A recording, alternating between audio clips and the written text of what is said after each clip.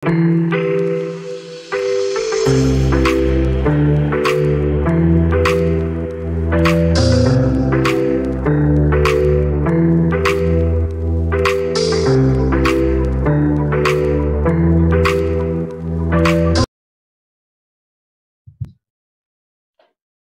terima kasih kesempatan yang sudah diberikan kepada saya untuk hadir di sini.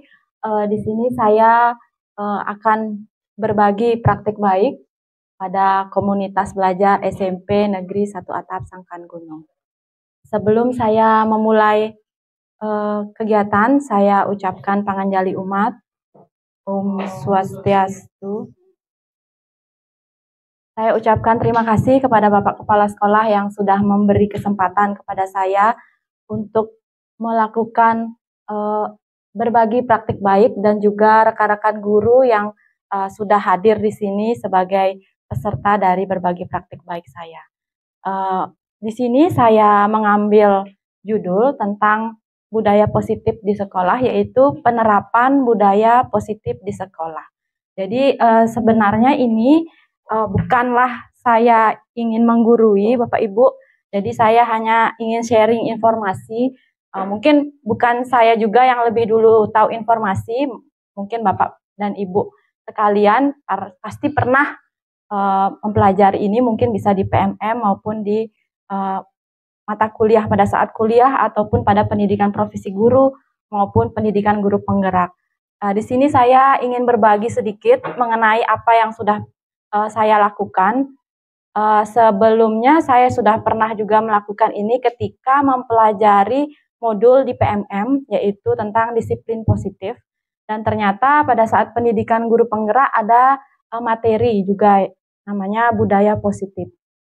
Langsung saja di sini, sebenarnya saya punya pantun Bapak Ibu, tapi saya lupa print pantun saya, mohon maaf. Jadi saya langsung saja nih.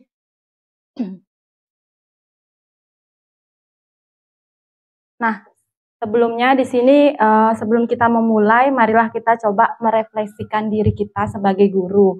Jadi di sini saya merefleksikan diri saya bahwa ternyata selama ini saya ini guru yang lebih banyak mengontrol perilaku siswa agar sesuai dengan apa yang saya harapkan. Kemudian saya merasa sebagai guru sering atau kadang-kadang memberikan hukuman kepada siswa ketika siswa melakukan kesalahan. Selain itu, terkadang kita juga pasti sering memberikan imbalan atau hadiah kepada siswa apabila perbuatan siswa itu sesuai dengan keinginan kita atau perbuatan baiknya itu telah dilakukan oleh siswa. Nah, ini sebelumnya saya ingin mengajak Bapak Ibu guru merefleksikan diri apa yang sudah pernah kita lakukan terhadap siswa kita. Jadi Bapak Ibu guru, seperti yang kita ketahui bahwa setiap perbuatan orang yang dilakukan oleh orang lain itu pasti ada sebab akibat, pasti ada tujuan. Begitu juga dengan siswa-siswa kita. Nah, kita ketahui bersama bahwa sebagai manusia, siswa juga adalah seorang manusia yang sama-sama memiliki kebutuhan, sama seperti kita. Jadi kebutuhan itu ada 5 di sini berdasarkan modul yang saya pelajari, ada 5 kebutuhan dasar manusia. Yang pertama ada kebutuhan bertahan hidup. Jadi kebutuhan bertahan hidup itu ada seperti makan, minum, tempat tinggal, itu adalah kebutuhan kita bertahan hidup. Kemudian ada kebutuhan namanya kasih sayang dan rasa diterima. Ya, kasih sayang dan rasa diterima. Kemudian ada kebutuhan penguasaan. Nah, siswa-siswa yang pintar itu biasanya dia kebutuhannya di sini, kebutuhan penguasaan. Artinya dia ingin terlihat bahwa dirinya pintar, terlihat bahwa dirinya menonjol sehingga bisa mendapatkan kepuasan diri seperti itu. Kemudian ada kebutuhan akan kesenangan. Nah, Bapak Ibu, kadang-kadang kita lihat siswa kita berbuat ulah karena mungkin saja ini kebutuhan kesenangannya dia. Dia merasa ketika dia ditegur oleh gurunya atau ketika dia melakukan hal-hal yang lucu seperti itu, teman-temannya bisa tertawa, senang. Nah, dia merasa kebutuhannya dia itu terpenuhi. Kemudian ada kebutuhan akan kebebasan. Jadi setiap siswa itu tentu saja sama seperti kita Bapak Ibu. Jadi butuh pilihan. Jadi mereka ingin memilih, oh saya senang ini, saya senang ini, tidak senang ini, tidak senang yang itu. Seperti itu. Itulah salah satu contohnya. Jadi ada 5 kebutuhan dasar manusia, begitu juga 5 kebutuhan dasar dari siswa atau murid kita. Nah, ini saya ambil di TikTok Bapak Ibu. Mereka yang tangki cintanya terisi di rumah, datang ke sekolah untuk belajar. Sedangkan mereka yang belum, artinya mereka yang tangki cintanya mungkin masih kosong atau sedikit, datang ke sekolah untuk dicintai. Nah, kita sering mengalami atau mungkin sudah terjadi di sekolah kita, bahwa anak-anak yang sering berulah ya, pasti kita lihat tujuannya mereka apa, latar belakangnya mereka apa. Kebanyakan dari mereka kemungkinan kurang dicintai di sekolah. Terkadang siswa itu tidak butuh nasihat kita. Nah, mereka hanya butuh untuk dimengerti oleh kita. Coba kita perhatikan, kadang-kadang ada siswa yang sering membuat ulah. Contohnya seperti itu. Mungkin saja di rumahnya kurang mendapat perhatian dari ibunya, kurang mendapatkan perhatian dari bapaknya. Kemudian di sekolah dia ingin diperhatikan oleh wali kelasnya. Ada yang seperti itu. Kemudian saya pernah menemukan seorang siswa ya, bukan saya waktu itu saya bukan walinya, kebetulan dia kelas 9. Dia cerita sama saya, Ibu Ade pernah bilang di kelas, kalau ada masalah boleh bercerita dengan Ibu Ade. Terus dia datang ke saya, oh iya Gek, boleh. Datang ke saya Bapak Ibu, mohon maaf saya sedikit sedih ya. Ibu mohon, Ibu dengarkan saya. Dia bercerita dengan saya. Dia bercerita tentang orang tuanya di rumah. Dia bercerita bagaimana keadaan ibunya. Sampai menangis dengan saya. Mohon maaf ya Bapak Ibu, saya terlalu menghayati kayaknya ini. Ya, jadi dia bercerita, ibu saya punya masalah begini. Kemudian saya dengan pacar saya punya masalah seperti ini. Bu saya sebenarnya mau lanjut SMA, dia bilang.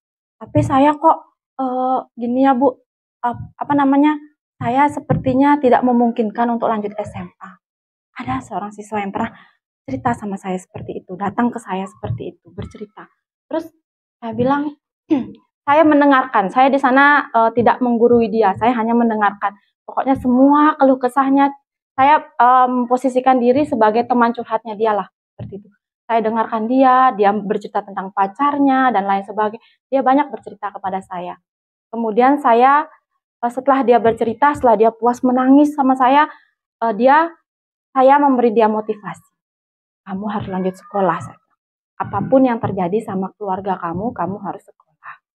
Saya motivasi dia supaya dia terus lanjut sekolah. Itu kejadian beberapa bulan lalu, ada siswa yang bercerita kepada saya.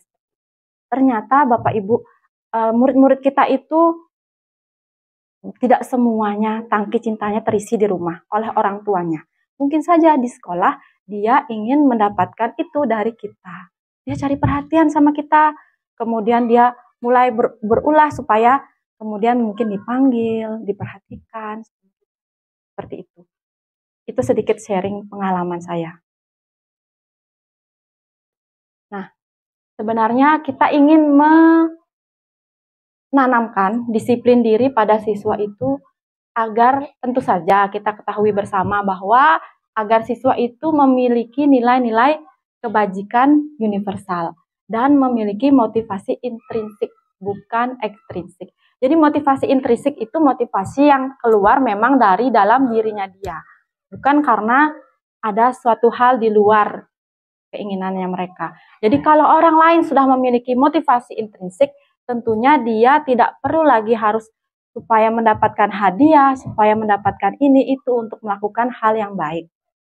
Ya, jadi nilai-nilai kebajikan universal ini nilai-nilai yang tidak terikat, ya, nilai-nilai tidak terikat suku, agama, budaya, bangsa. Jadi nilai-nilai kebajikan seperti misalnya saling menghormati, misalkan saling menolong, seperti itu. Itulah nilai-nilai kebajikan universal.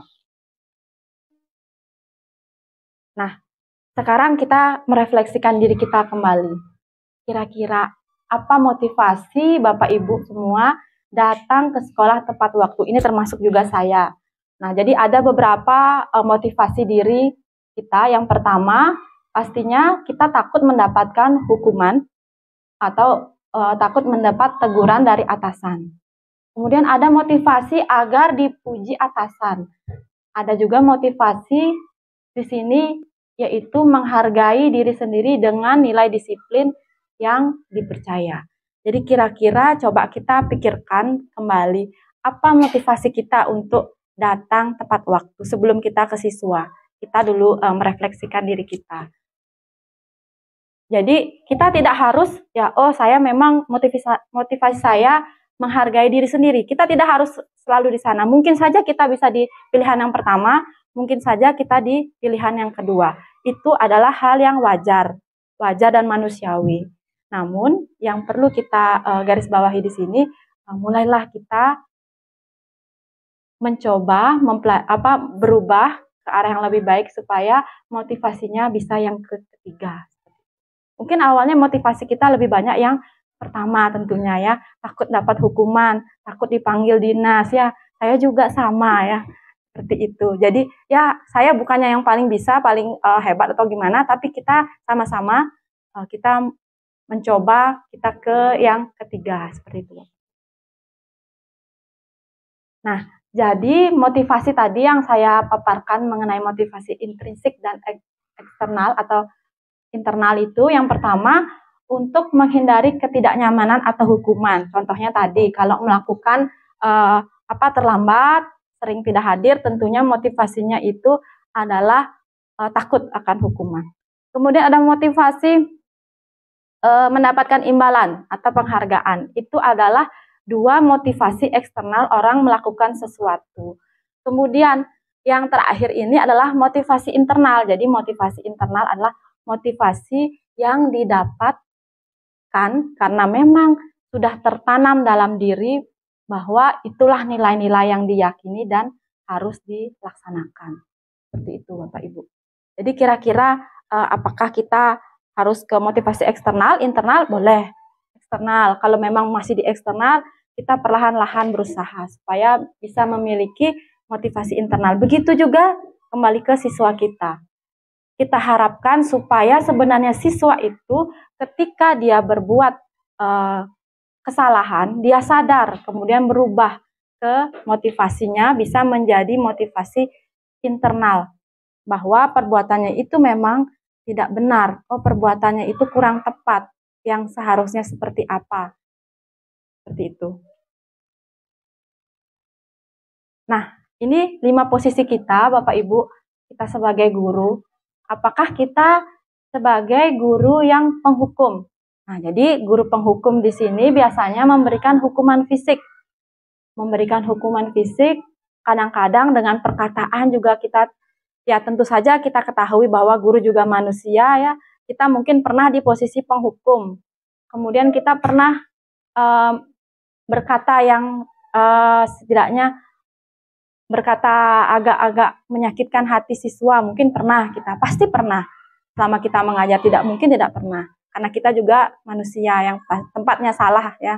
Nah, namun di sini saya ingin berbagi informasi Bapak Ibu bahwa kita sebagai guru hendaknya minimal lah kita kalau belum sampai di manajer ya. Manajer itu terlalu sempurna sebenarnya kalau saya pelajari. Jadi kita kan masih proses ya, kita ingin merubah diri kita menjadi lebih baik. Kalaupun kita dulu di penghukum, pembuat rasa bersalah. Nah, pembuat rasa bersalah ini biasanya seperti ini ya. Mungkin ini pernah juga saya lakukan Bapak Ibu.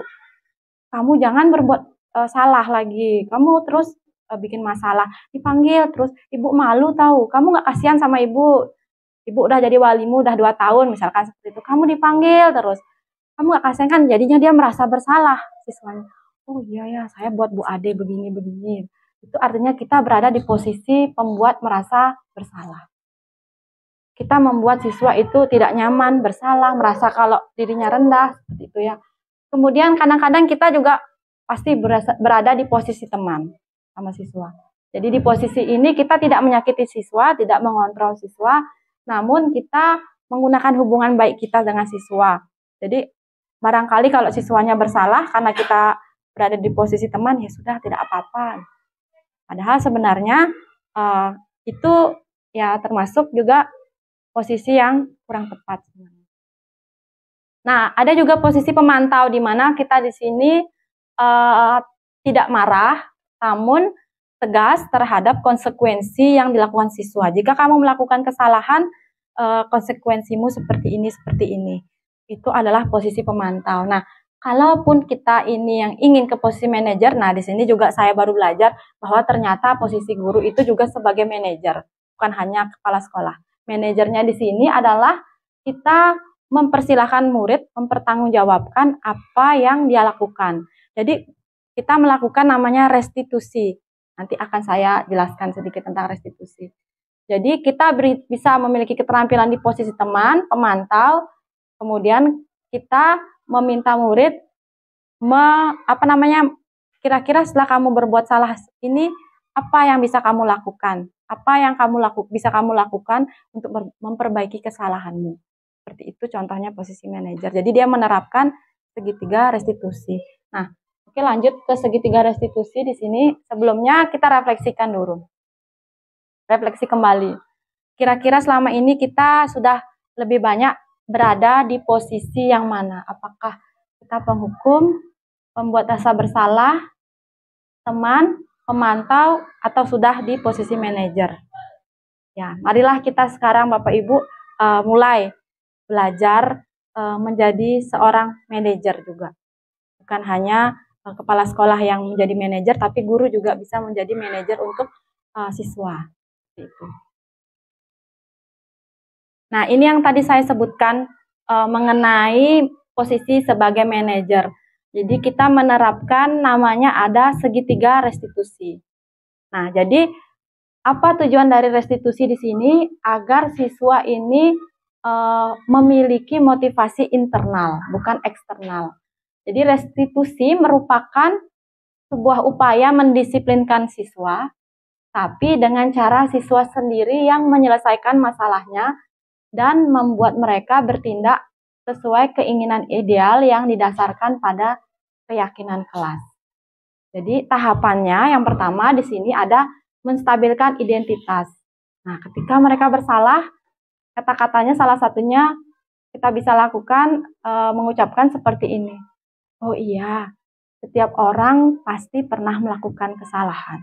Setiap manusia pasti pernah melakukan kesalahan. Begitu juga ibu. Itu misalkan. Kemudian, ya kamu memang bukan satu-satunya yang membuat masalah di sekolah ini. Mungkin seperti itu kata-katanya. Setelah kita menstabilkan identitasnya, dia agak nggak takut dengan kita lagi, bahwa dia sadar, oh iya, bahwa semua orang itu pernah melakukan kesalahan. Barulah kita validasi tindakannya dia yang salah. Kita validasi dulu tindakan yang salah. Validasinya dengan kata-kata salah satunya, kamu tentu punya alasan mengapa kamu melakukan itu. Atau kita pakai kata-kata, adakah cara yang lebih efektif untuk mendapatkan apa yang kamu butuhkan. Jadi kita seperti kita mengajak mereka berbicara, ngobrol, kemudian kita awali dengan kata-kata yang menstabilkan identitasnya mereka, kemudian kita memvalidasi bahwa mereka itu salah. Tapi alasannya apa? Gitu. Kita tanya, alasanmu apa? Nah, kemudian barulah kita tanyakan, keyakinan kelas apa yang telah kita sepakati?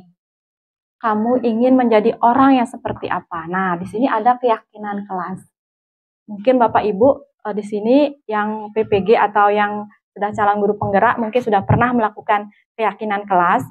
Di sini saya akan berbagi sebentar tentang keyakinan kelas itu seperti apa. Jadi Bapak Ibu, setiap perbuatan memiliki satu tujuan. Begitu juga tingkah laku anak murid kita. Pasti mereka memiliki tujuan.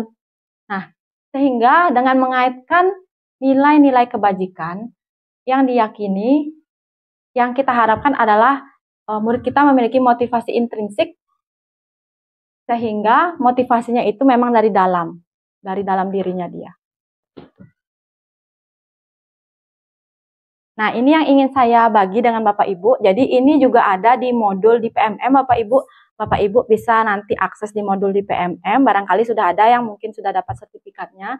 Di sini salah satu aksi nyata yang bisa Bapak Ibu lakukan dalam modul budaya positif di PMM, kalau tidak salah, atau disiplin positif, saya lupa judulnya, itu adalah membuat keyakinan kelas.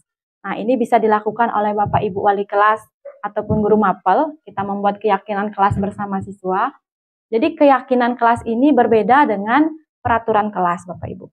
Jadi keyakinan kelas ini kalimatnya berbeda dengan peraturan. Kalau peraturan itu lebih ke tata tertib, kalau keyakinan ini lebih ke nilai-nilai kebajikan universal. Ini yang contohnya yang telah saya buat. Jadi di sini latar belakangnya saya membuat keyakinan kelas itu ingin mewujudkan kelas yang aman, nyaman, menyenangkan bagi murid. Kalau sudah aman, nyaman, muridnya senang, tentunya belajarnya lebih gampang. Dan bisa menciptakan murid yang bahagia dengan menerapkan budaya positif. Nah, tujuannya di sini menumbuhkan komunikasi antara murid dan kita sebagai guru. Kemudian menumbuhkan nilai-nilai kebajikan universal pada murid.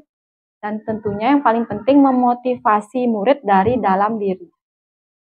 Dan juga sebagai pengendalian diri agar siswa bersikap baik dimanapun dia berada.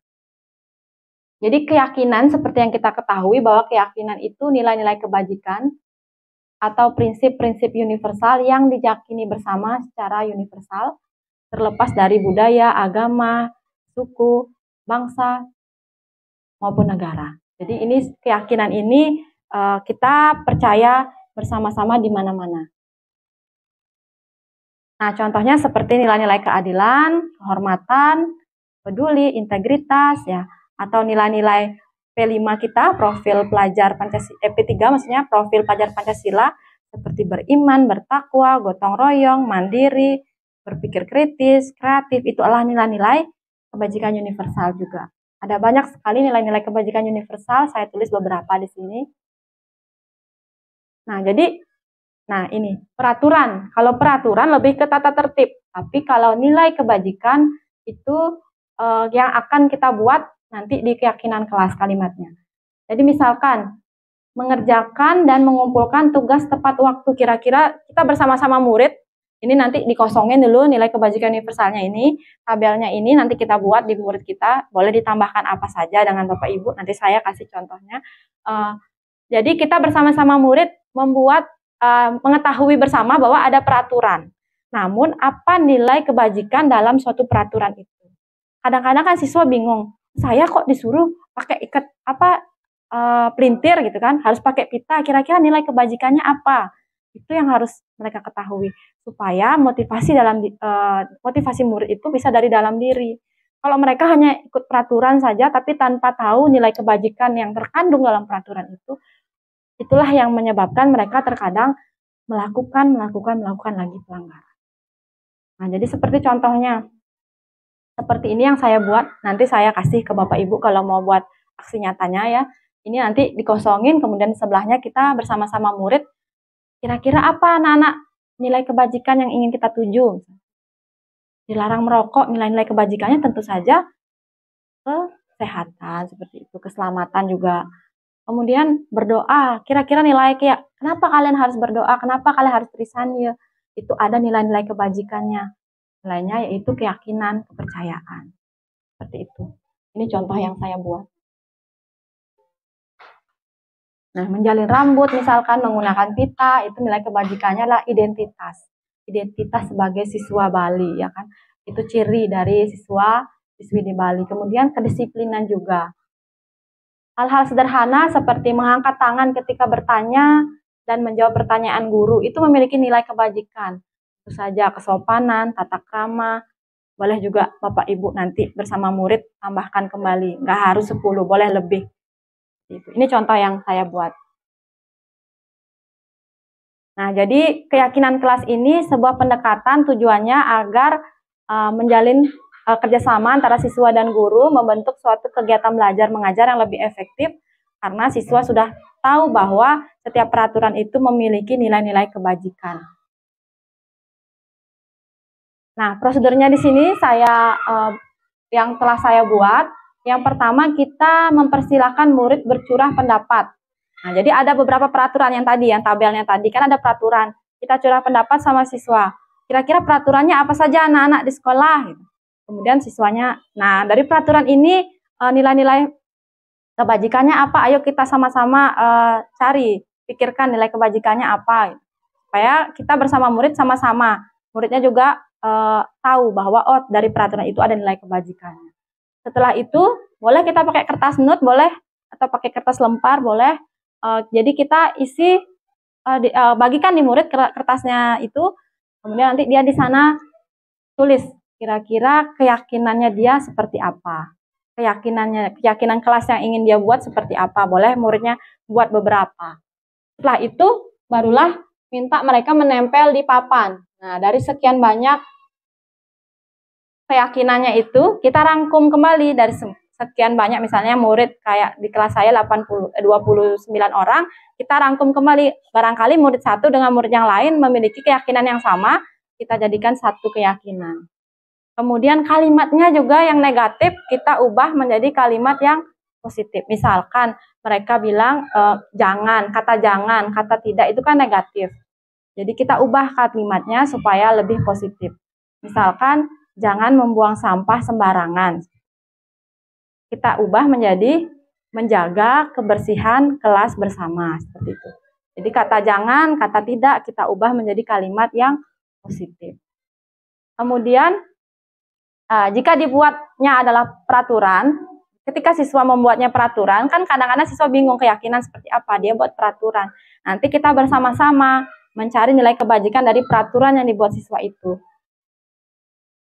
Nah, jadi beberapa keyakinan yang sama dari 29 siswa itu kita rangkum menjadi 1 sampai, jangan terlalu banyak, 1 sampai 7 seperti itu. Minimal 3 lah, 3 sampai 7, mohon maaf. Nah, sehingga nanti itulah yang akan dibuat menjadi keyakinan kelas. Nah, kita tinjau kembali. Karena kalau terlalu banyak, kadang-kadang siswa itu bingung, lupa.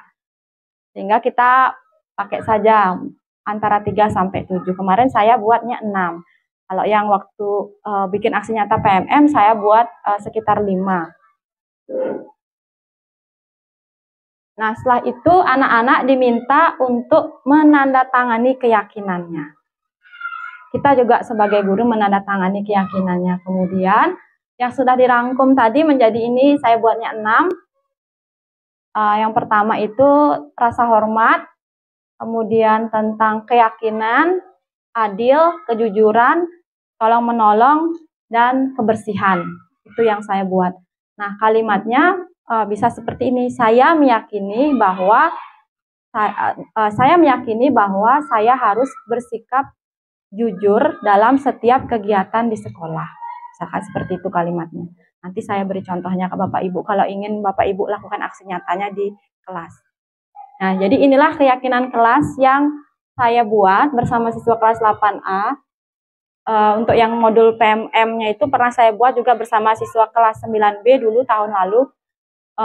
Ini kita tempel di kelas, bisa ditempel di kelas 8A kemarin saya tempel. Seperti itu Bapak Ibu. Jadi ini tidak harus walinya yang membuat. Boleh juga keyakinan itu kita buat pada saat guru mapel, misalkan hanya guru mapel, kita buat bersama-sama siswa keyakinannya.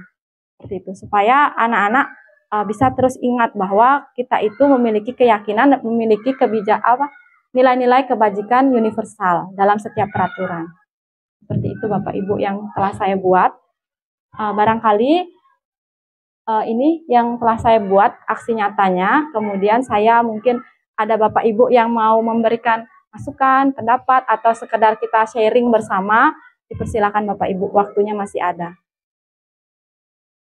Mungkin sharing apa yang pernah dilakukan, atau kira-kira kita cari solusinya bersama, seperti itu mungkin barangkali saya persilakan.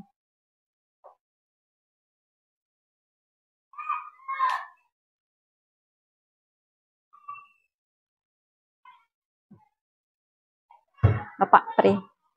Silakan Pak Pri. Silakan Pak Pri. Terima kasih Pak Ade. Mungkin sendiri misalkan Tapi kita juga punya masalah tersendiri terhadap siswa-siswa kita yang baru saja kalau pas ada pelanggaran yang terjadi biasanya kita ya di teman yang pada saat kita melakukan kesalahan, seringkali kita sendiri tidak bisa menemukan jawaban yang pasti. Tadi dinyatakan bahwa kalau melakukan kesalahan atau pelanggaran, coba mencari alasannya apa gitu ya. Alasannya apa? Nah kita kadang-kadang menangani siswa itu begitu ditanya, ngapain seperti itu? Ya. Kita nggak mendapatkan jawaban yang ya, tanda kutip yang pasti. Kadang-kadang berubah, kadang-kadang macam-macam. Jadi jawaban itu seringkali tidak kita temukan gitu, bahkan sampai dalam waktu yang panjang ya sudah kadang-kadang menangani siswa. Mungkin kita punya solusi ya untuk teman-teman juga. Bagaimana kita bisa menangani itu. Dan ada juga siswa kita yang memang punya masalah khusus. Satu, ini nggak paham apa-apa, kadang-kadang susahnya ya kita tahu sendiri, nggak dapat jawaban, dan dia gitu. Itu yang mungkin masalah juga bagi. Mungkin itu berarti kira-kira dan nggak solusi yang kita misalkan pecahkan bersama langkah baik. Terima kasih Pak. Terima kasih untuk Pak Pri sekedar sharingnya dan juga Bapak Ibu barangkali yang memiliki solusinya. Saya lempar dulu. Jadi di sini saya juga baru belajar sama seperti Bapak Ibu. Mungkin saya lebih dulu aja belajarnya gitu dibandingkan Bapak Ibu karena saya kebetulan mempelajari modulnya di pendidikan guru penggerak. Barangkali pasti Bapak Ibu saya tahu pengalamannya lebih lah dari saya. Jadi mungkin Bapak Ibu pernah nggak menemukan seperti yang di Pak Pri seperti itu. Biasanya setiap hari kita temukannya siswa yang tidak ingin menjawab pertanyaannya kita seperti apa. Kira-kira solusinya. Jadi kalau yang saya pelajari di sini bahwa kalau ada siswa yang membuat masalah seperti itu, kita jangan yang saya pelajari ya, jangan di kelas itu kita langsung justifikasi dia. Dia akan ketakutan Bapak Ibu. Atau kita suruh dia langsung ke kelas, pasti dia langsung ke ruang guru, pasti dia ketakutan. Kita panggil dulu pelan-pelan dia, kemudian mungkin kita ajak ngobrolnya berdua, seperti itu misalnya di tempat yang berdua saja dulu, kita tanya penyebabnya apa. Pokoknya kasih dia dulu tenang, menenangkan diri. Pada saat dia berbuat kesalahan kan pasti adrenalinnya naik kan, takut dia, takut nih jadi malah kita ajak Bapak Pri gitu kan. Pasti dia takut duluan. Jadi kita kadang-kadang dia nggak mau ngomong karena dia takut. Nah. Jadi kalau kita ajak, ayo mungkin ya ini bisa dicoba. Saya juga masih belajar juga ini. Apakah kita ajak mereka ke ruang yang hanya berdua saja dengan kita tanpa sepengetahuan teman-temannya? Mungkin saja dia malu, mungkin saja dia takut. Kita ajak dulu ngobrol berdua dengan kita di lab misalkan. Seperti itu, kita tanya kira-kira kenapa. Kalau dia belum mau menjawab, biarkan dulu dia berpikir. Kadang-kadang kan orang lain untuk mengaku itu kan butuh berpikir. Kita aja kalau berbuat salah pasti butuh berpikir dulu kan, butuh berpikir lama loh. Diamin dulu dia, kasih kesempatan atau kasih air dulu dia, kasih air minum seperti itu. Kadang-kadang kita juga sebagai manusia kadang-kadang udah gergetan duluan kadang-kadang kan. Kalau mereka nggak mau ngomong, diam aja. Tapi sebenarnya pasti ada penyebab dari tingkah laku seperti itu. Kita ajak ngobrol mungkin Pak Pri caranya dari hati ke hati dengan Pak Pri sebagai wakil kesiswaan ya. Terus setelah itu barulah kalau dia mau ngobrol, kalau dia mulai mau berbicara, barulah kita cari solusinya. Nah kembali lagi kalau kita jadi manajer, kita kembalikan lagi ke siswa. Kira-kira apa yang bisa kamu lakukan atas kesalahanmu ini untuk memperbaiki kesalahanmu? Sebenarnya susah menjadi manajer, namun kita ya belajar lah, mulai belajar sedikit demi sedikit. Mungkin kita di posisi penghukum, kita ya bergerak sedikit ke posisi teman minimal lah, atau di posisi pemantau. Ya kalau manajer memang susah, karena saya juga sudah pernah mencoba berdrama. Ini saya berdrama dengan siswa-siswa, ada tugas seperti itu. Jadi dalam posisi itu kita harus menerapkan segitiga restitusi tadi. Kita validasi dulu, ya nggak apa-apa, setiap orang pasti punya kesalahan, ibu juga pernah berbuat salah. Kita validasi dulu identitasnya dia, barulah kita memvalidasi kesalahannya dia. Oh, kamu membuli teman, ngata-ngatain pakai nama bapak, misalkan seperti itu ya, sering dilakukan anak-anak. Iya, bapak dulu juga sekolah seperti itu, dikata-katain. Bapak juga pernah ngatain teman, mungkin seperti itu, kita kasih begini. Jadi dia merasa, oh iya pak, bapaknya juga pernah berbuat salah kok, sama kayak saya. Barulah kita, kalau menerapkan segitiga restitusi tadi, menanyakan keyakinannya. Anak-anak, kalian kan sudah pernah membuat keyakinan kelas bersama ibu.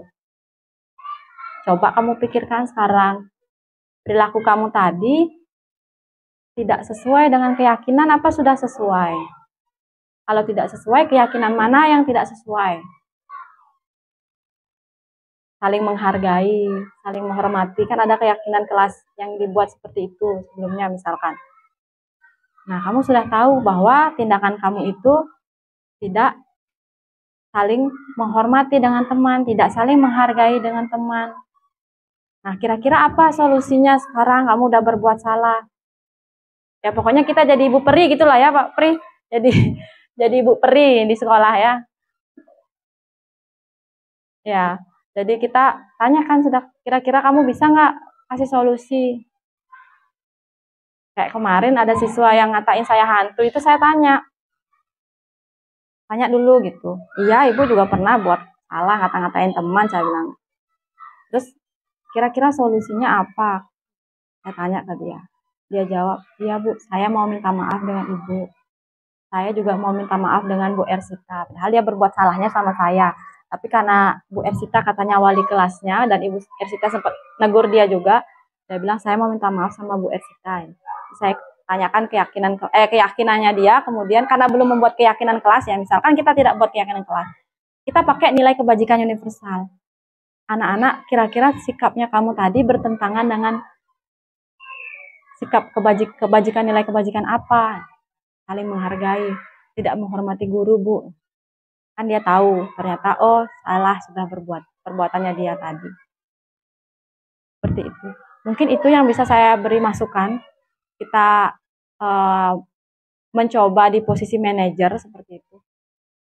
Jadi itu posisi yang sulit, dan kita akan belajar bersama-sama Bapak Ibu. Pasti ada prosesnya. Mungkin mula-mula kita baru sampai di menstabilkan identitas yang salah, mungkin sampai di sana dulu. Ya minimal lah kita itu masih kadang-kadang memang juga ya, kalau ada siswa berbuat salah, buat masalah itu bikin kita gregetan, apalagi. Nah, jadi sebenarnya posisi manajer ini tidak semua kesalahan siswa kita bisa posisi manajer Bapak Ibu. Kalau udah keterlaluan, misalkan mohon maaf, misalnya dia melukai orang lain sampai ke rumah sakit atau gimana, otomatis kan kita tidak bisa hanya ngomong sebagai posisi manajer saja. Itu kan kalau sudah mencederai orang, atau dia melakukan misalkan tindakan narkoba seperti itu, kan otomatis kan sudah bukan ranah guru lagi yang untuk menangani. Atau dia misalkan sudah, mohon maaf, sering terjadi ya di siswa-siswa SMP SMA hamil, misalkan dia berbuat salah yang seperti itu, otomatis kan kita tidak bisa berbuat seperti manajer. Jadi ini manajer ini ya ada beberapa pelanggaran-pelanggaran yang bisa kita lakukan dengan posisi manajer. Namun pelanggaran yang cukup berat, otomatis kita sudah tidak mungkin lagi di posisi manajer. Mungkin kita sudah kembalikan ke orang tuanya. Ya minimal lah kita tidak sebagai posisi penghukum.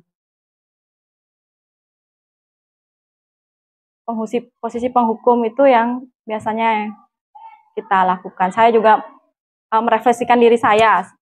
Dengan belajar ini saya merefleksikan diri bahwa ternyata selama ini saya juga pernah lah melakukan yang namanya posisi penghukum. Apalagi dulu ya waktu saya di sana. Posisi penghukum itu yang rata-rata sering diterapkan oleh Bapak Ibu guru. Itu sih Bapak Pri dari pendapat saya mengenai pertanyaan dari Pak Pri. Mungkin Bapak Ibu guru yang lain ada yang ingin diberikan masukan atau tambahan? Ya. Oke, Bapak, silakan Pak. Terima kasih, Bu. Memang dalam penerapan budaya positif sekolah, kita realnya itu menangani masalah siswa yang bermasalah. Tadi yang mungkin sudah lumayan lama mengalami, memang dilemanya kita keras salah, lembut juga kadang-kadang salah. Artinya dilema itu kita siasati dengan tepat, dengan waktu dan tempat yang tepat, di mana kita harus keras, di mana harus kita lembut, dan juga masalahnya apa. Apakah masalahnya misalnya siswa dengan siswa, satu dengan satu, atau siswa dengan guru kadang-kadang. Karena misalnya contohnya kalau kita sedang mengajar, atau siswanya dan lain-lain, itu kan siswa dengan kita. Nah, bagaimana menggali budaya positifnya itu ketika kita sedang mengajar, biar siswa itu ke kita misalnya gitu. Nah, sudah tentu penanganan masalah-masalah itu tidak segampang kita beri telapak tangan gitu, karena ketika kita berkesan keras, ada siswa yang memang menerima gitu. Ya, diterima oleh siswa di luar yang bermasalah itu. Oh, pernah Bapak keras karena seperti itu dia. Nah, itu artinya siswa yang lain menilai. Nah, ketika kita lembut menangani masalah itu, ya mungkin saja ada temannya yang merasa mungkin di kita dikira ada hubungan apa, sehingga kita mungkin lembut menangani, karena ya mungkin kita kan bisa jadi kita ada hubungan kekeluargaan gitu. Oh, lagi ada keluarga sing ras ini, nah seperti itu. Nah, itulah dilemanya. Hanya dari Bapak Ibu serang kami, ya memang itu artinya tepatnya waktunya, tempat masalah yang tepat, nah itu yang kita memang perlu belajar gitu. Sehingga merasa siswa itu tidak merasa terbebani, tidak merasa tersinggung, termasuk juga teman siswa itu gitu. Karena kita menangani masalah, ada kemungkinan di kelas ya kita ingin mengimbaskan kepada temannya, kepada dari siswa yang bermasalah itu, kan bisa saja yang bermasalah itu merasa hadit itu kan orang mungkin yang itu misalnya. Jadi mengapa tidak satu-satu aja kita dengan siswa itu? Ada hal di mana harus diketahui oleh temannya, ada hal harus memang satu-satu kita dengan siswa.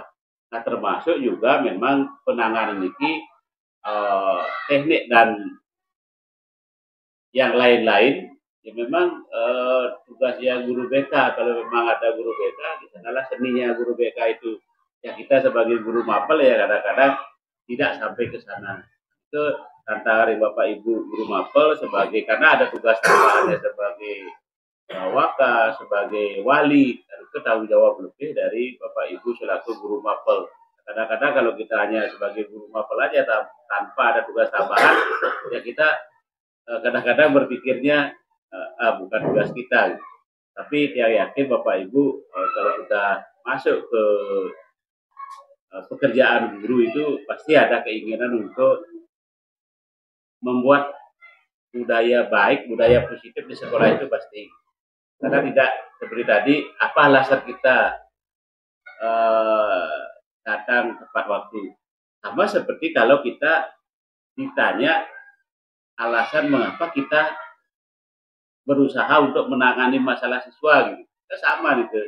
Kalau kita ya tidak ingin ada dari dalam diri motivasi intrinsik, kita ngapain gitu. Kita juga menangani masalah siswa, gaji kita juga tak bertambah misalnya. Artinya memang ada keinginan yang yakin Bapak Ibu punya motivasi intrinsik untuk melakukan hal-hal positif di sekolah. Itu yang saya yakini dari dulu, karena yang ya seperti itu kadang-kadang dibawa dalam mimpi gitu, karena kita tidak sempat, tidak berani ngapa-ngapain murid yang bermasalah, ya kadang-kadang dibawa dalam mimpi kita seolah-olah nendang murid, gitu, seolah-olah nampar murid dalam mimpi. Itu yang kita alami. Mudah-mudahan Bapak Ibu yang masih punya waktu untuk sampai di finish nanti di angka 60, ya itulah pengalaman-pengalaman yang bisa ambil gitu. Ya di finish nanti tidak ada kesan bahwa guru itu cuek dengan masalah murid atau terlalu keras dengan masalah murid. Nah, biasanya guru itu akan dibawa oleh siswanya seperti itu. Guru itu bergalak, guru itu berkiller. Seperti itulah yang diharapkan Bapak Ibu bisa mengkondisikan. Nah, di sela-sela waktu mungkin lagi 4 tahun di Kitian, memang kadang-kadang yang seperti kemarin dia agak keras seperti itu pada siswa, itu dia rasakan gitu. Cuman itu dah karena berbelit-belit yang pada prinsipnya kalau sudah siswa itu minta maaf, ya kadang-kadang tidak ada kata lain lagi gitu. Ya sudah, tidak usah lagi ulangi perbuatan.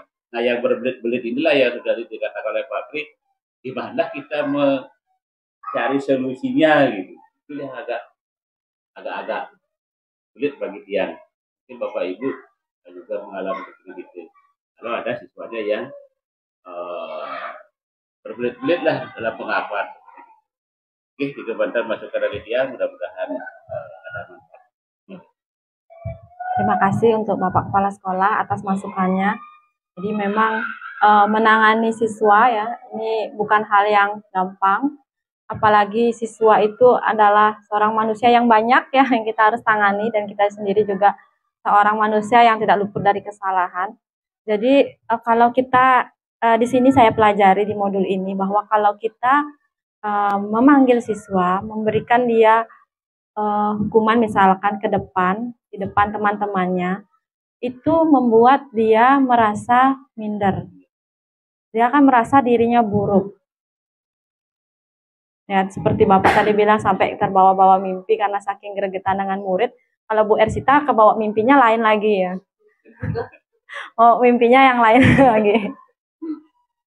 Kalau Bu Ersita cerita mimpi, saya langsung takut biasanya.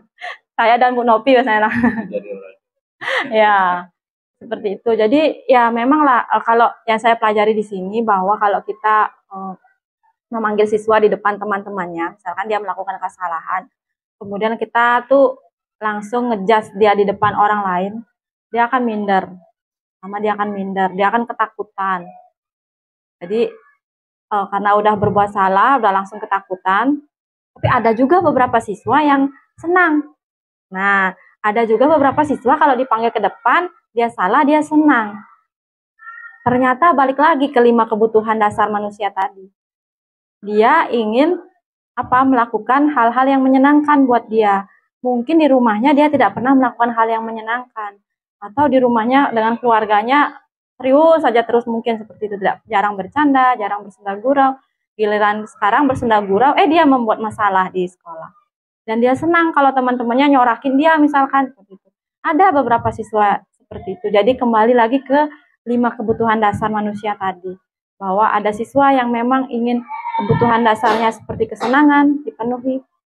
Atau murid-murid yang mohon maaf, mungkin yang di rumahnya keluarganya kurang harmonis seperti itu.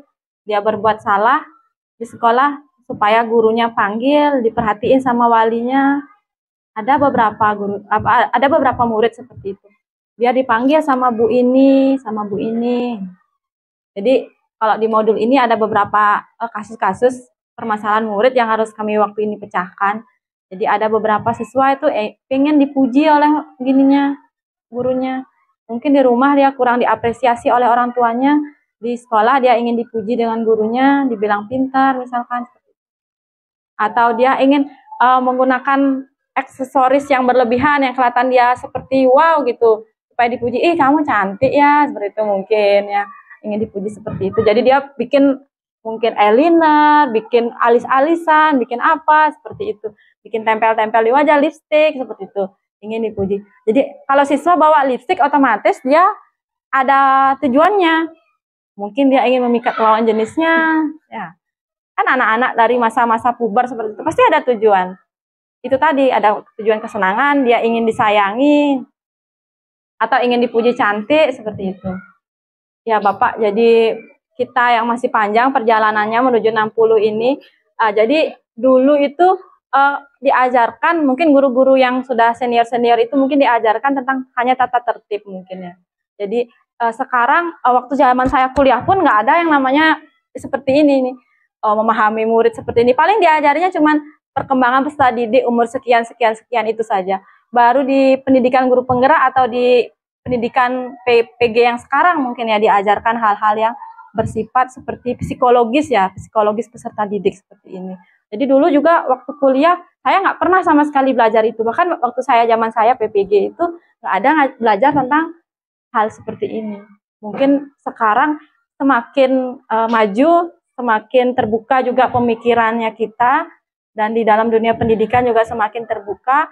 Kalau dulu CBSA mungkin sekarang lebih merdeka, mungkin dibilang seperti itu. Kalau dulu CBSA, catat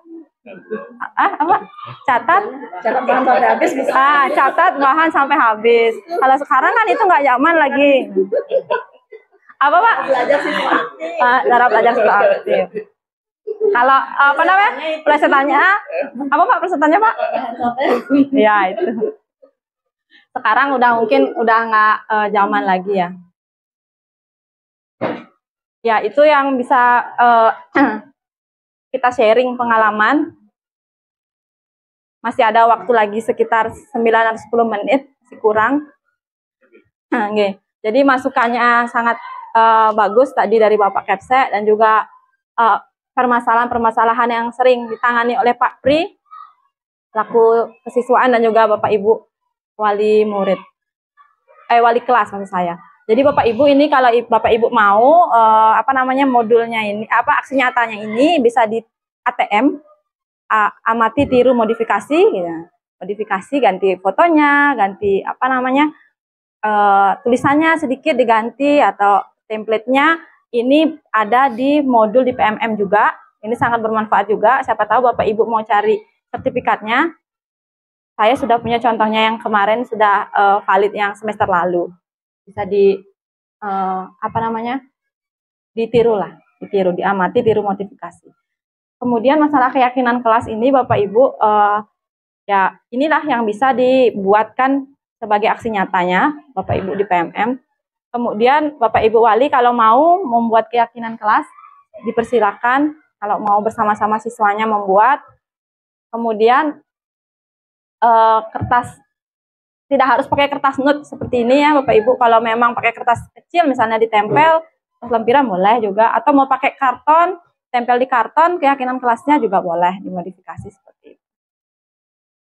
Ya, ini jadi pendidikan guru penggerak ini ternyata lebih banyak belajar tentang tidak ke materi Bapak Ibu, lebih ke peserta didiknya. Kita ngajarin peserta didik seperti budaya positif, keyakinan kelas seperti itu. Jadi kalau Bapak Ibu ingin ikut pendidikan guru penggerak jangan takut, jadi karena nggak ada yang kita buat modul ajar seperti itu. Paling ya pembelajaran berdiferensiasi itu nanti dapat.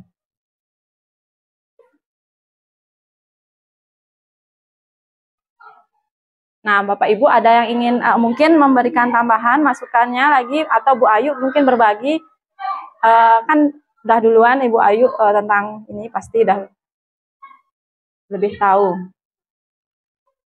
Ya. Oh, bertanya, iya Bu. Ya Bu. Sangat menarik ya, karena Bu Ade sudah mengatakan buat kreativitas ya, tadi di kelas 8A. Dan dari sekian kreativitas yang buat ini juga akhirnya tersaring ada 6 kreativitas yang dari ke-6 nilai-nilai itu yang sudah disepakati dengan siswa dan itu sudah dijalankan ya. Tentu dalam sekitar 2 bulan ini jalan, tentu ada siswa yang tidak sesuai dengan keyakinan. Nah, ketika hal tersebut terjadi, bisa Bu Ade berbagi dengan kami ya, seperti apa kemudian Bu Ade menyikapi, karena kan pemberian hukuman tentu sudah dihindari sekali ketika kita belajar untuk memiliki posisi manajer. Nah, bisa jadi yang diberikan konsekuensi yang disepakati atas pelanggaran terhadap nah, di 8A ada tentu beberapa kasus yang juga dengan siswanya. Nah, seperti apa kemudian mengingatkan siswa kembali dengan keyakinan. Terima kasih Bu Ayu. Jadi jujur saja ini keyakinan kelasnya baru hari Kamis lalu saya buat bersama siswa. Ya, jadi yang semester lalu itu ada di 9B, tapi saya tidak tempel karena waktu itu saya bikin aksi nyata untuk MM. Jadi ya memang kita ketahui itu dah kelas 8A itu sangat terkenal mungkin ya. Karena selalu aja dari kelas 7 ya, dan saya lagi walinya dapat selalu sering sekali melakukan pelanggaran. Jadi kemarin itu waktu yang paling parah itu yang kasusnya itu yang sampai di grup itu, ya itu saya jujur saja saya belum menerapkan itu posisi saya sebagai manajer. Belum saya terapkan. Jadi saya waktu itu masih sebagai apa ya, lebih ke kayaknya penghukum. Ya juga saya marah-marah kayaknya ya kemarin ya karena dia berbuat seperti itu, karena perbuatannya itu memalukan sekali menurut saya.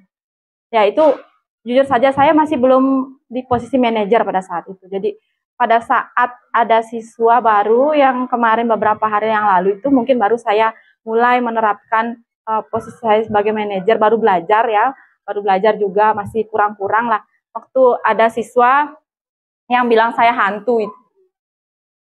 Ya, jadi saya waktu itu bilang hantu itu baru saya mulai sedikit demi sedikit memposisikan diri saya sebagai manajer di kelas. Jadi pada saat itu dia bilang saya di kelas 7A ya apa 7B? 7A ya. Apa itu namanya?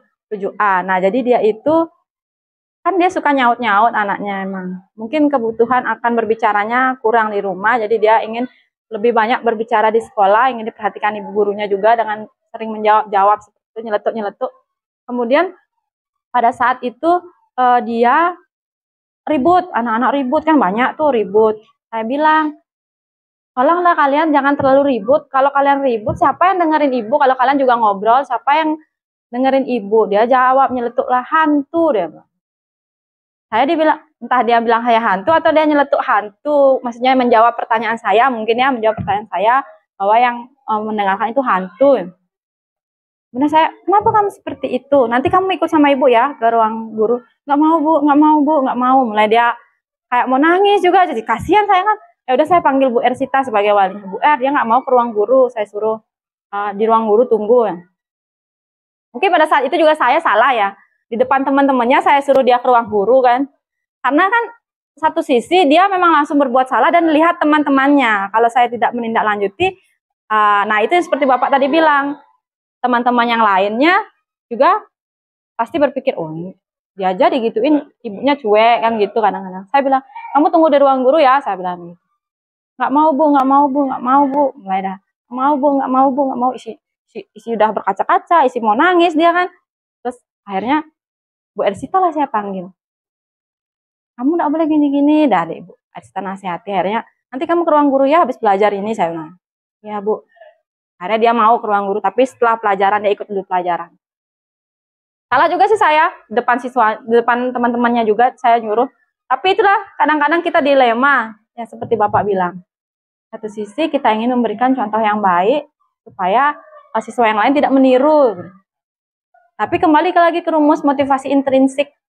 Kalau siswa sudah memiliki motivasi intrinsik, tentunya hal buruk tidak akan ditiru. Kita kembali lagi ke rumus motivasi intrinsiknya. Nah, jadi itu saya suruh, akhirnya dia mau datang ikut dengan saya di akhir pembelajaran ke sini, saya tanya. Kenapa kamu jawab? Dia pertamanya, enggak bu, enggak. Ya duduk dah dulu. Dia udah kayak ngejar-ngejar gimana, kurang nyaman seperti itu karena dipanggil kan. Saya aja ngobrol.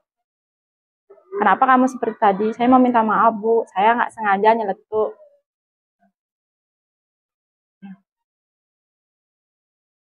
Ya saya nggak sengaja nyeletuk, dia bilang gitu. Iya, ibu juga dulu waktu sekolah, itu dah ibu cerewet juga suka nyaut-nyaut, mungkin juga ibu dulu waktu sekolah. Sama juga mungkin. Ya bu, saya mau minta maaf ya bu, dia bilang. Dia udah kayak mau nangis tuh. Cowok kasihan juga saya lihat kan, nggak tega jadinya saya. Habis itu dia bilang, ya kira-kira kamu kan sudah berbuat salah. Gimana caranya kamu sekarang memperbaiki kesalahanmu? Saya bilang kayak gitu. Kemudian dia bilang, saya mau minta maaf dengan ibu. Saya juga mau minta maaf sama Bu Ersita. Dia bilang, oh mungkin karena kesalahannya juga nggak terlalu yang krusial, terlalu berat lah ya, gitu. Nggak terlalu inilah. Saya bilang, iya ya, udah kamu saya bilang, ya udah kamu minta maaf. Gimana caranya kamu minta maaf sama ibu? Saya bilang, ya Bu, saya mau minta maaf Bu. Dia cium tangan saya, kemudian sama Bu Ersita, ya udah kamu juga minta maaf kalau gitu sama Bu Er. Ya. Habis itu kamu boleh ke kelas. Wah, itu baru saya mencoba sebagai manajer. Kalau yang kemarin kelakuan 8A yang sangat menghebohkan itu, saya jujur aja itu masih belum bisa. Waktu itu masih belajar lah saya menahan diri. Oh iya, seharusnya memang seperti itu Bu Ayu ya. Kalau keyakinan kelas lebih baik lah di awal tahun pelajaran awal semester. Jadi ini modulnya ini belum saya selesaikan, masih aksi nyatanya ini, tinggal aksi nyatanya ini saya selesaikan. Sehingga ini baru saja saya buat hari Kamis minggu lalu. Kemudian kalau yang dulu saya pernah untuk menyelesaikan modul PMM, itu pernah saya buat di 9B, itu keyakinan kelas juga. Tapi yang saya perhatikan waktu setelah saya membuat keyakinan kelas bersama anak-anak kelas 9B, mereka kalau pelajaran IPA lebih gimana ya, kelihatan kayak ada bedanya gitu. Tahu ya bedanya apa ya, tapi lebih nyaman aja belajar sama mereka. Sampai-sampai saya waktu itu maunya kan di 9B observasi, karena merasa lebih, gimana ya kok kayaknya lebih nyaman saya sama anak-anak 9B gitu. Apa karena saya sudah membuat keyakinan kelas ya, saya sampai berpikir gitu ya. Ya mungkin aja ada pengaruhnya sedikit mungkin. Waktu itu observasi rencana di sana, tapi karena nggak ada waktu jadinya 9A. Jadi waktu itu sama 9B jadi kelihatan lebih gimana ya, lebih dekat sama anak-anak, lebih nyaman rasanya belajar waktu itu karena mungkin udah dari hati ke hati sama anak-anak ya, membuat keyakinan kelas. Mungkin itu sih yang bisa saya jawab dari pertanyaan Bu Ayu. Ya jadi Bapak Ibu, ini sebagai pengingat juga untuk kita Bapak Ibu, mungkin nanti untuk semester depan kita bisa buat di awal semester, alangkah lebih baiknya. Dan kita tempel. Nah itu dah kalau kita tempel, ini adalah resikonya kita satap SD-nya itu. Tapi kalau saya sih berpendapat gini, lebih baik kita tempel terus dirusak daripada nggak sama sekali, tidak dipajang sama sekali. Seperti itu mungkin prinsipnya saya. Ya tempel aja, nanti malah salah dirusak urusan belakang. Kita perbaiki lagi. Mungkin itu sekedar sharing dari saya, Bapak Ibu, untuk berbagi praktik baiknya. Terima kasih. Apakah ada lagi yang ingin memberi pertanyaan atau masukan? Silakan. Nih, Bu Anis. Silakan Bu Anis.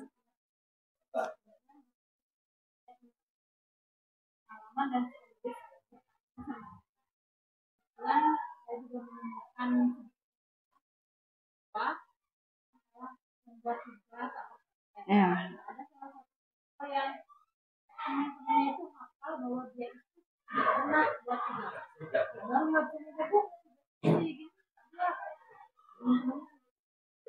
Selama ini yang ada di yang hukumnya, karena saya selalu membuat dia mengerjakan dari pembelajaran yang dia ada di kelas. Nah, beberapa kali itu dia memang mengerjakan, tapi kita diberikan PR lagi, sama saya tetap harus siapa biar dan juga bisa membuat siswa itu mau dan yang sampai dia merasa saya di dua kali saya dia ingat ingat tugasnya dan biar dia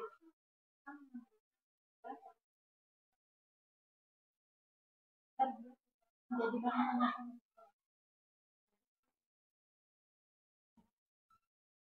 Oke, terima kasih Bu Anis atas sharingnya. Jadi anak-anak tidak mengerjakan tugas itu gimana? Ya memang seperti itu ya. Kita semua pasti pernah mengalami. Ada beberapa siswa yang memang tidak ingin mengerjakan tugas kita. Jadi mungkin ini sebagai masukan juga ya, mungkin Bu Ayu mungkin lebih tahu ya. Apakah saya ingin bertanya juga ini sebenarnya ada bisik-bisikan atau saya dengar di mana gitu, saya lupa. Kalau di kurikulum Merdeka itu sebenarnya tidak wajib memberikan PR ya Bu Ayu. Benar ya Bu Ayu? Boleh. Tapi kan tidak wajib ya. Nah, menurut saya tadi posisinya Bu Anies bukan penghukum. Kenapa bukan penghukum? Kalau penghukum tuh dia nada tinggi, marah-marah gitu, ngata-ngatain atau suruh berdiri, suruh keliling lapangan, itu baru penghukum Bu Anies. Kalau Ibu Anies kan tadi minta dia mengerjakan kembali tugasnya. Ibu sebagai pemantau, kan konsekuensinya kamu nggak buat, kan kamu harus mengerjakan lagi. Nah, Ibu masih berada di posisi pemantau menurut saya, menurut pendapat saya. Jadi bagaimana solusinya supaya kita di posisi manajer? Mungkin setelah saya pelajarin ini, mungkin ya yang bisa saya kasih masukan, panggil anaknya dulu mungkin. Panggil anaknya dulu, berdua dengan ibu, ngobrol dari hati ke hati, apa masalahnya. Karena kan begini, siswa itu terkadang menyukai suatu pelajaran tertentu dan tidak menyukai pelajaran yang lain. Tapi mereka tidak paham bahwa kewajiban kita adalah mengerjakan semua suka dan tidak suka, ya kan seperti itu. Sebenarnya kan untuk menyukai suatu pelajaran kita itu memang tugas kita sebagai guru supaya siswa mau suka pelajarannya kita. Kadang-kadang siswanya nggak paham gitu kan, tapi mungkin dia karena gurunya misalnya suka ice breaking, suka ketawa-ketawa gitu, jadinya mereka suka. Jadi mungkin bisa salah satu caranya Bu Anies mungkin bisa merefleksikan diri juga. Bukannya saya ingin menyalahkan ya, tapi di sini kita refleksikan diri, kira-kira pembelajaran saya di kelas seperti apa, apakah dia nggak paham, kemudian apakah dia memang malas. Nah, kita ketahui dengan cara memanggil dia. Panggil dia dulu, tanyakan kenapa alasan tidak pernah membuat tugas ibu. Coba ceritakan sama ibu, nggak apa-apa, ibu nggak marah. Ibu cuma pengen tahu kira-kira alasanmu apa, supaya kalau memang ada suatu hal yang salah dari ibu, biar ibu yang memperbaikinya. Tapi kalau memang ibu mau tahu lah kamu kira-kira kenapa. Sama Bu Anies, saya juga gitu. Ada siswa yang sama sekali nggak ngerjain. Kadang-kadang dia ngerjain tuh sembarang aja, yang penting nulis. Yang penting nulis saja. Ada pernah juga ngumpul buku kosong sama saya juga ada. Soalnya seperti itu. Mungkin kita tanyakan dulu ke dia, atau mungkin kalau siswanya banyak yang tidak mengerjakan PR, barangkali kita kurangi coba PR-nya atau jumlah nomornya Bu. Misalnya kita 5, itu saja ya, yang lain tidak. Ya, berarti mungkin dipanggil dulu Bu, mungkin dipanggil supaya ditanyain kira-kira permasalahannya apa, kira-kira kendalanya dia dalam pelajaran matematika apa. Mungkin hanya itu yang bisa saya kasih masukan Bu Anies, karena itu juga saya alami bersama, dan saya juga sampai sekarang ya masih dalam proses mencari tahu juga kira-kira siswa-siswa yang seperti itu kenapa. Caranya adalah kita panggil dia, mungkin kita tanyai, kemudian kira-kira apa yang bikin kamu nggak mau ngerjain PR? Apakah dia nggak punya LKS mungkin Bu? Apakah dia nggak punya LKS? Apakah di rumahnya jangan sampai dia sibuk membantu orang tuanya? Kan kita tidak pernah tahu sebelum kita tanyakan ke mereka penyebabnya. Nah, Bapak Ibu ada yang mungkin memberi masukan masalah kasusnya Bu Anies, atau yang pernah mengalami dan sudah memecahkan mungkin barangkali? Ya, dan kebetulan kita juga sudah mau trisannya, mungkin kita lanjutkan kembali jika ada lagi pertanyaan atau kita ingin pecahkan solusinya bersama, kita lanjutkan nanti di luar dari Kombel juga boleh. Demikian mungkin pemaparan dari saya mengenai berbagi praktik baik membuat keyakinan kelas dan budaya positif. Kurang lebihnya jika ada perkataan atau tindakan saya yang kira-kira kurang berkenan di hati, mari kita tinggalkan di sini dan dimaafkan ya Bapak Ibu. Nah, kalau ada kata-kata yang kurang berkenan. Mungkin itu saja dari saya. Terima kasih. Saya akhiri dengan Paramo Santi. Om Santi Santi Santi Om.